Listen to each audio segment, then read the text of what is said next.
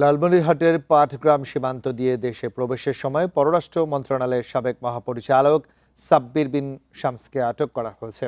এই সময় তার কাছ থেকে 7টি পাসপোর্ট জব্দ করার কথা বলেছে জেলা পুলিশ।